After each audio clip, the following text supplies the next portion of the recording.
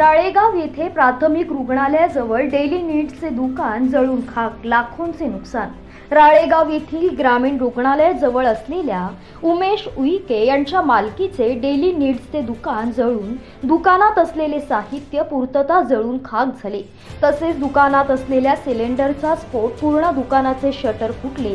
सदर घटनेची माहिती राळेगाव पोलीस निरीक्षक रामकृष्ण जाधव, तहसीलदार अमित भोईटे, नगराध्यक्ष रवींद्र शेराम, बाळूभाऊ धुमाळ व राळेगाव शहरातील सर्व सामाजिक कार्यकर्ते हे तातडीने घटनास्थळी पोहोचून प्रथम आग विझविण्यासाठी शर्थीचे प्रयत्न केले।